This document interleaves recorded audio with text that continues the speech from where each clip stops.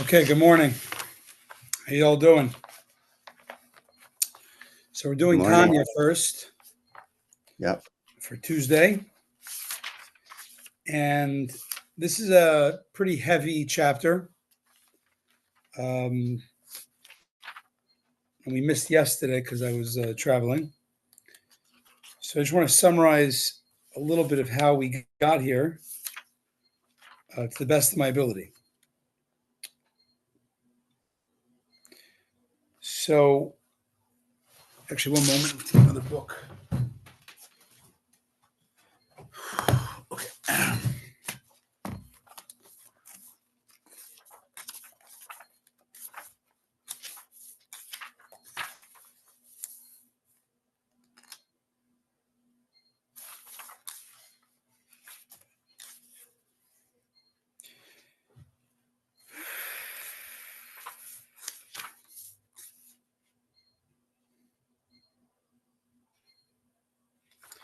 We're trying to understand, in general, in this chapter, a very big idea that there's two viewpoints of how God is the only one in the world. I mean, everything is part of God, or we call batal, is subsumed in God.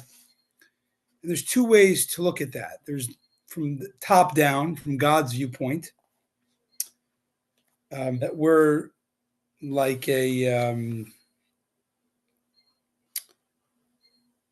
like a brain cell of God. We're like a thought of God, each creation. And therefore, there's nothing outside the mind. It's just a part of the mind of God, so to speak. So on Sunday, because this is really this is one long chapter, just trying to see the.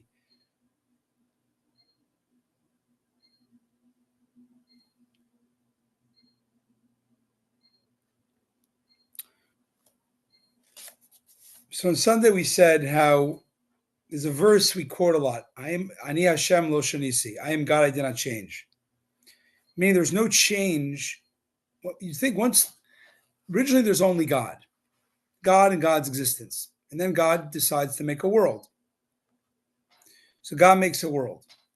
Is everything the same? You think, no, now there's a world. There's something new to relate to. There's some, if you make, it's like when you get, when you get married, now there's a before and after. When you have a child, there's a before, there's an after. Because now this new person and this new relationship, it changes your being. But that's not the same with God. It says, I did not change even after creating the world and humanity with which to have a relationship with.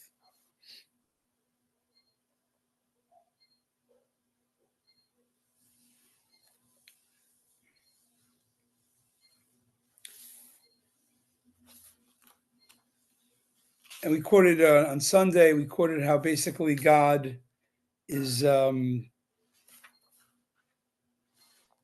he knows, because we're just a thought, let's say, of God. So he and his thoughts are one. So we're all one within him. Not like by a human, a new thought, by the way, is a change in you. And when you see a new beer, you're changed. You didn't know about it before. Now you know about it. You know a drink.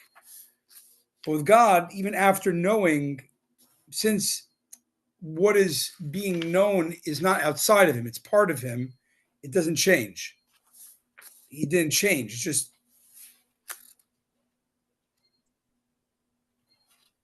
I'm trying to summarize with my limited understanding. So it could be the smallest mosquito, the biggest, the sun, or this mosquito. It's all knowing himself. So nothing really changed. Okay.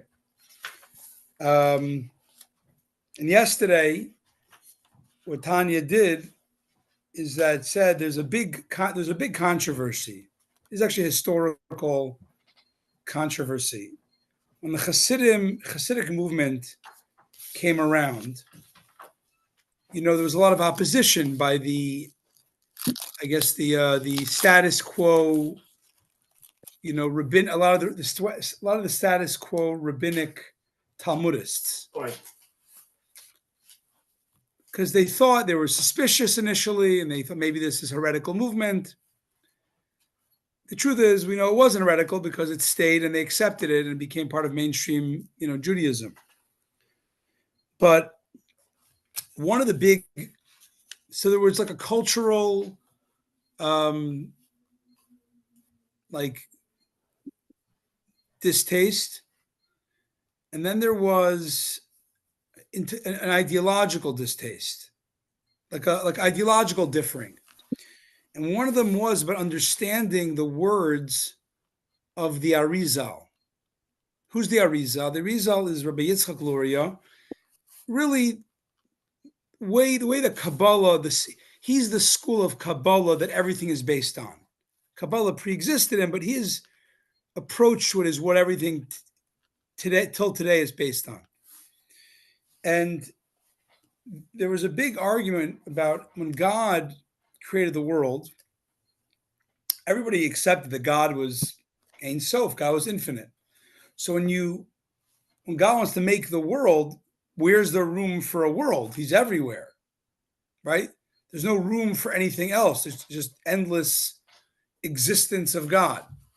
So the Zohar says that God made a tzimtzum. A tzimtzum is he contracted himself. He kind of took an area of his endlessness or whatever, conceptual endlessness, and moved himself aside, contracted himself, is the word. Tzimtzum means contraction. Now there's an empty space. Oh, now I can make a world there. I can make other there. Now, the big question, is that literal, or is that is that literal, or is that in our, what it appears like to us? Literal in Hebrew means kipshuto. Kipshuto means literal. So in the Hebrew jargon, tzimtzum, this idea of contraction, which is necessary to create other space for other, is that literal, tzimtzum kipshuto, or is it not literal, but it's only the way it appears to us? Tzimtzum lo kipshuto, it's not literal. The Baal Shem Tov and the Hasidic masters, who were great Kabbalists, said it's not literal. It's not literal. God never really left. Now, how do we exist? Go figure. It's a big sense of study. But it's not literal. I think the Vilna Gaon, or others, I'm not sure him, who were big geniuses and Kabbalists, they said it is literal. So the Alter Rebbe said, based on the above, yesterday said, the author of the Tanya says, this is why we disagree with the literal understanding that God left, made a vacuum, and now there's room.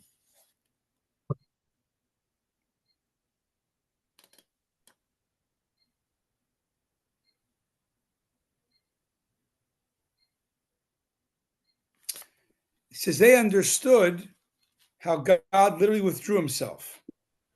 Now,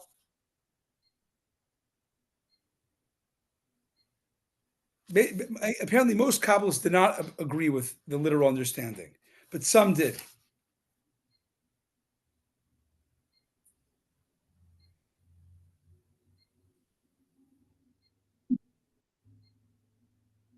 Whatever.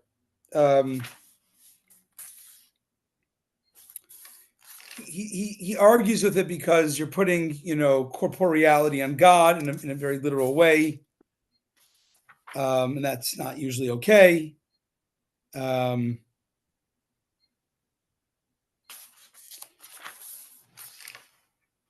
he just proves from the Kabbalah sources. Okay, but let's move on to today.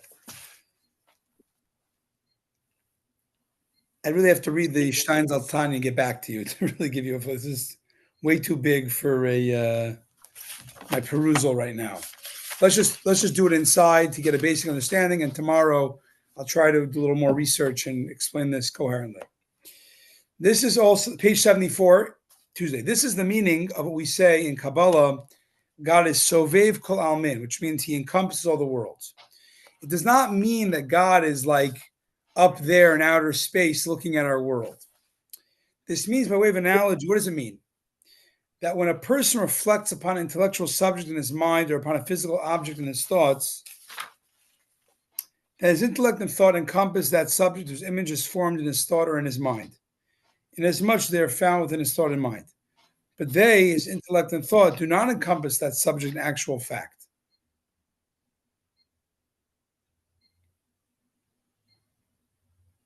When you think 2 plus 2 is 4, or you think, let's say you think of a grand piano. Picture your mind a grand piano. Are you literally have a grand piano in your mind? No, you have a vision of a grand piano, a baby grand. The Holy One, blessed be, however, of whom it's written, my thoughts are not your thoughts. We said before, creation comes from God's thoughts or God's will. So any thought and knowledge of any created being actually encompasses that being, that creature. For God's knowledge is verily its life force and that which brings into existence out of nothingness, ex nihilo, into reality. So, all